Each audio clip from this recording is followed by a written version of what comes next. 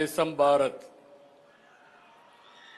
నేడు 79వ స్వాతంత్ర వేడుకలు జరుపుకుంటున్న శుభ సందర్భంగా భారతీయులకు, ప్రపంచంలోని తెలుగు వారికి, రాష్ట్ర ప్రజలకు శుభాకాంక్షలు. ఈ సమయంలో జాతిపిత మహాత్మా గాంధీ, సుభాష్ చంద్రబోస్, భగత్ సింగ్, రాజ్యాంగ నిర్మాత డాక్టర్ బిఆర్ అంబేద్కర్, త్రివర్ణ పతాక రూపకర్త పెంగళి వెంకయ్య, అల్లూరి సీతారామరాజు వంటి మహనీయుల్ని స్మరించుకుందాం. స్వాతంత్రం పొందిన 8 దశాబ్దాల కాలంలో దేశంలో అనేక మార్పులు జరిగాయి.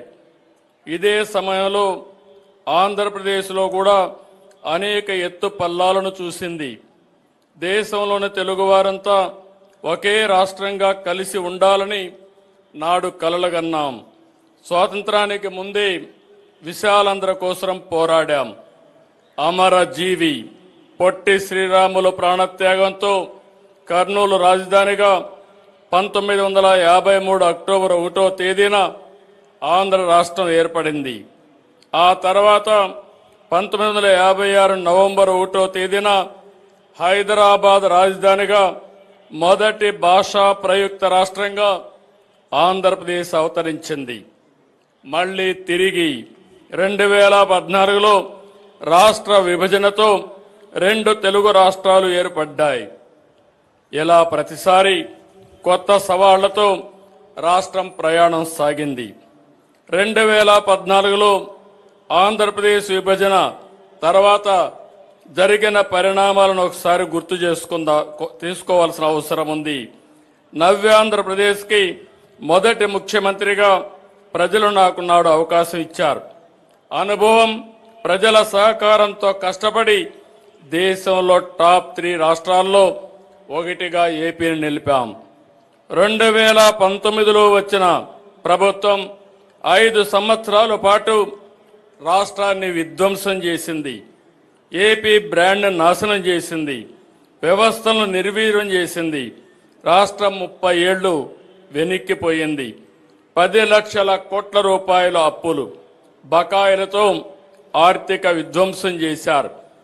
ఆ 5 ఏళ్లు ఎక్కడా అభివృద్ధి జరగలేదు. కనీసం రోడ్లపైన గుంతలు పూడ్చలేదు.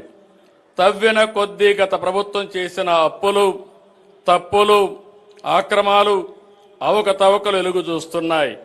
పోలవరం నిలిచిపోయింది. అమరావతి ఆగిపోయింది. పెట్టుబడులు తరలిపోయాయి.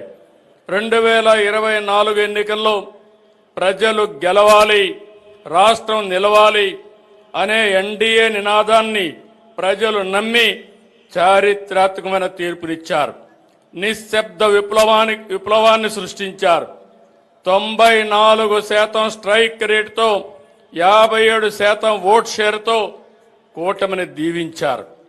రాష్ట్రాన్ని నిర్మించాలనే ఏకైక లక్ష్యంతో పాలన ప్రారంభించాం. మేము అధికారం చేపట్టిన ఈ ఏడాది కాలంలో ప్రజల నమ్మకాన్ని నిలబెట్టేలా, భవిష్యత్తుకు బాటలు వేసేలా తొలి రోజు నుంచి పనిచేస్తున్నాం. తొలి సంతకం నుంచి సుపరిపాలనకు తొలి అడుగు వేశాం. సమిక్షేమం, అభివృద్ధి, సుపరిపాలనతో సాగిన ఏడాది పాలన ఎంతో సంతృప్తినిచ్చింది. ప్రజల మద్దతు, మా సంకల్పం, దేవుడి దయతో విధ్వంసం నుంచి వికాసం వైపు ప్రయాణం చేస్తున్నాం. నేను ఈరోజు సవినయంగా, సగర్వంగా చెప్తున్నా, కూటమి ప్రభుత్వంలో సమిక్షేమానికి సాటి లేదు, అభివృద్ధికి అడ్డు లేదు,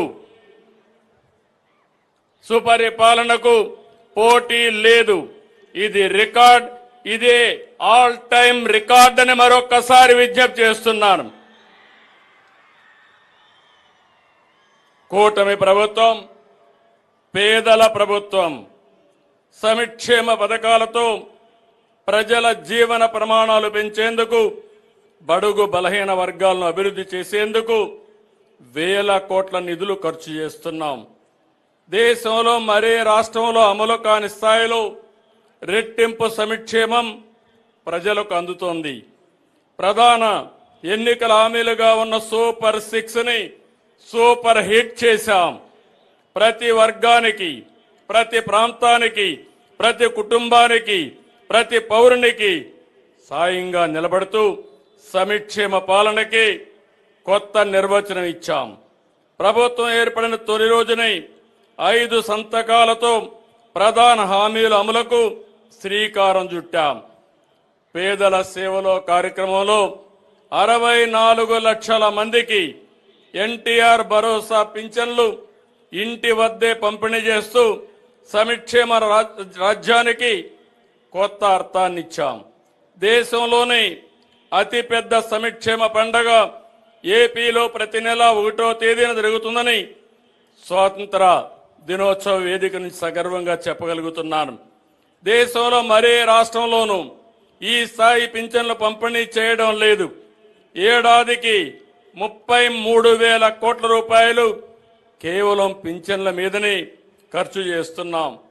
వృద్ధులకు 4,000, దివ్యాంగులకు 6,000, డయాలసిస్ సహా తీవ్రవాదులకు గురైన వారికి 10,000, పూర్తిగా మంచానికే పరిమితమైన వారికి 15,000 ఇస్తున్నాం. ఒక్క పింఛన్ ఇప్పటికే పంపిణీ చేసిన డబ్బులు చూస్తే 40,000 కోట్లకు పైగా ఖర్చు చేశాం.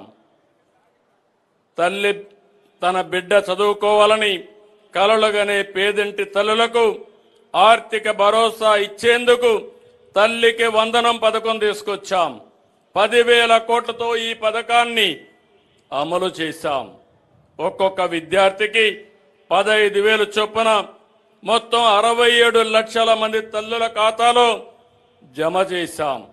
ఒక కుటుంబంలో ఎంతమంది ఉన్నా చదువుకునే పిల్లలందరికీ ఈ పథకాన్ని వర్తింపజేశాం. జనాభా నిర్వహణలో ఈ పథకం కీలక భూమిక పోషిస్తుంది. రైతు బాగుంటేనే రాష్ట్రం బాగుంటుందని నమ్మే ఈ ప్రభుత్వం ఎప్పుడు అధికారంలో ఉన్నా అన్నదాతకు ప్రాధాన్యత ఇస్తున్నాం. చెప్పినట్టుగానే అన్నదాత సుఖీభవ పథకం అమలు చేశాం. ప్రతి రైతుకు ఏడాదికి కేంద్రం ఇచ్చే మొత్తంతో కలిపి 3 విడతల్లో 20,000 రూపాయలు ఇస్తామని చెప్పాం. మొదటి విడత